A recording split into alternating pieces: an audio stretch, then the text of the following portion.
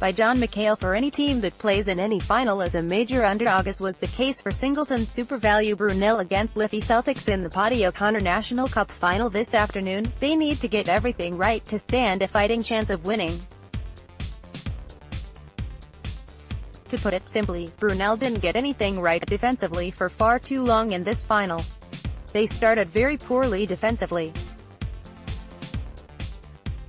They were not focused, they were not ready for the challenge, and they got all their key matchups wrong. Particularly so at the top of the key, where Liffey's Sorka Tiernan tormented Brunell with her shooting. To be fair to Tiernan, she shot the ball very well in the first quarter, hitting 3 three-pointers, but it's a lot easier to do so when you are unmarked and given all the time in the world. That was crazy defense from Brunell.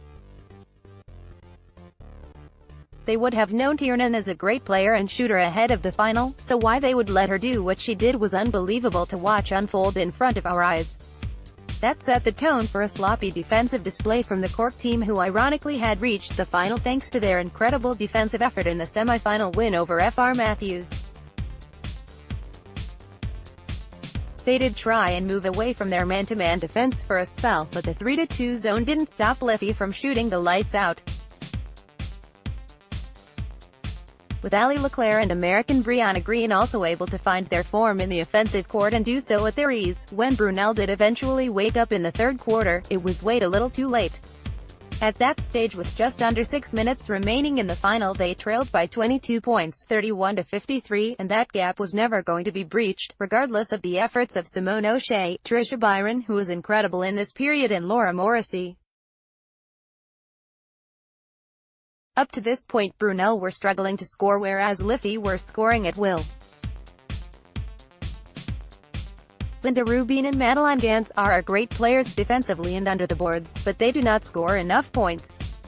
That job usually falls to Danielle O'Leary and Byron, but by the start of the third, when they trailed 23-43, O'Leary was 0 from 7 and Byron, who was hampered by foul trouble, had only 9, while Liffey's two top scorers all season, Tiernan and Brianna Green, had 36 between them. Byron did pick it up defensively in the third and fourth quarter, hitting 8 quick-fire points to keep Liffey Celtics honest, but it was never going to be enough.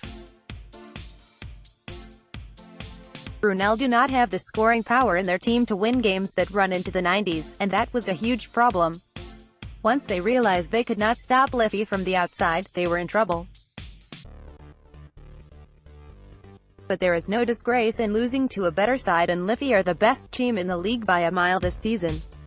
They will win the league title in a few weeks to seal the double, and Brunell can take huge amounts from this cup run. They know that if they get it right on the day, they are a match for anyone in this league. Unfortunately for them, they picked the biggest day of the year and live on TV to put in their worst display in weeks.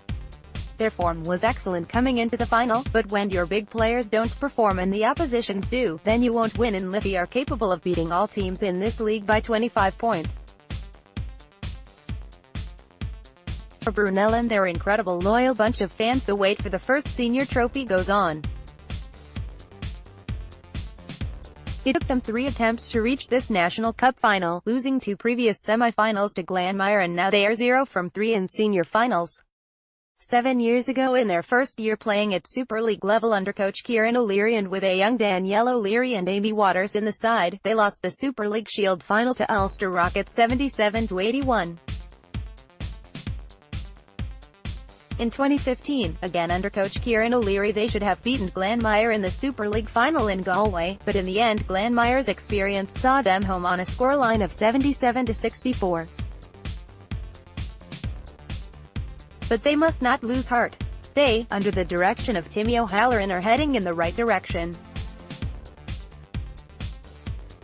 They will learn much from this defeat, and if they can fine-tune their defense and find a scorer, they will be the real deal. The wait for a senior trophy goes on, but it is not far away. They need to remember that this evening, they are close to being a top side, but they are not ready to win yet. That's the challenge they must embrace in the weeks and months ahead.